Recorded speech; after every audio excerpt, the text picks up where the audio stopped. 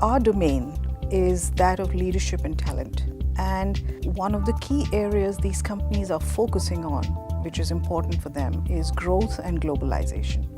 So the whole objective was to understand these companies on their growth and globalization thinking, but to understand it from our domain, which is leadership and talent. We worked in 26 countries, and there were 83 C-suite leaders, most of them chairmen and CEOs of these companies, who were met with our senior partners in these countries, and we had intimate conversations with them, which ran for almost 2 hours on an average.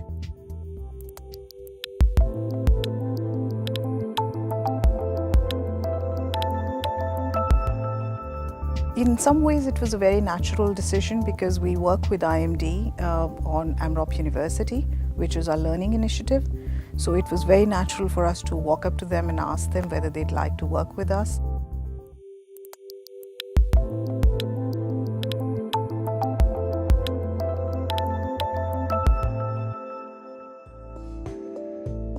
We believe firmly that members of the board should be professionally selected. And that's only possible if you assess possible members, on the basis of an agreed upon profile. So profile has to specify exactly what you need for your board, and then, in our opinion, you have to search for those candidates, bringing the ingredients at the end of the day to the table.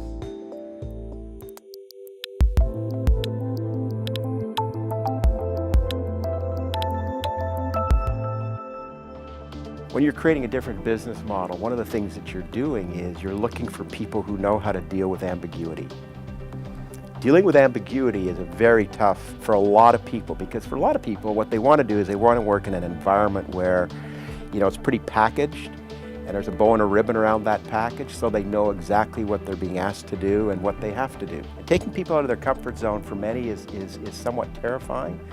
But for others, it becomes a very educational experience. I have a very clear belief that those people that are prepared to exit the comfort zone, to take some risk, are the people that are going to be the future leaders. Because why? Because they understand the value of having different perspectives.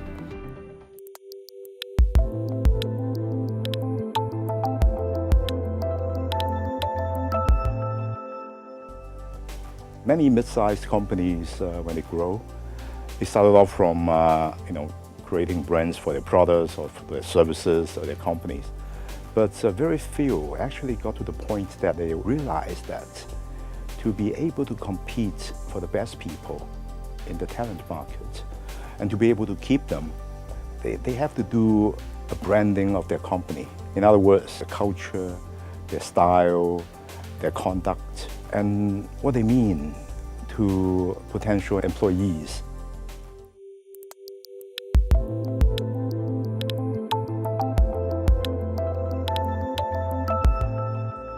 Leadership qualities in growing companies, mid-size, mid-cap companies on a global scale, it's important to get in people that are really entrepreneurial. I think they need to be agile, but at the same time, they need to respect the rules of the company still. The growing companies, the smaller companies that are growing, they need to be more agile, to work more like a guerrilla sometimes, in some markets anyway.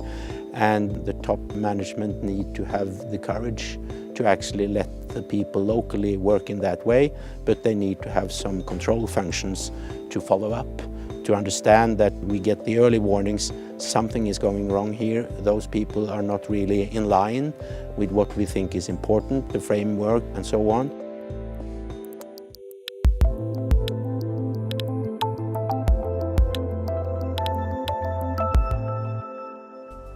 Most mid-caps and large mid-cap CEOs, chairmen, key people, their personal governance is actually very good on average. And I think that's one of the differentiators they have, because they behave like owners.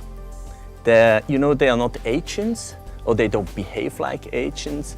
They are one with the company, and actually they live their values, and that makes the companies very strong.